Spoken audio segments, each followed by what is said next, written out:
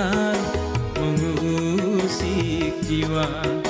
Ku terkenang-kenang kala bersamamu.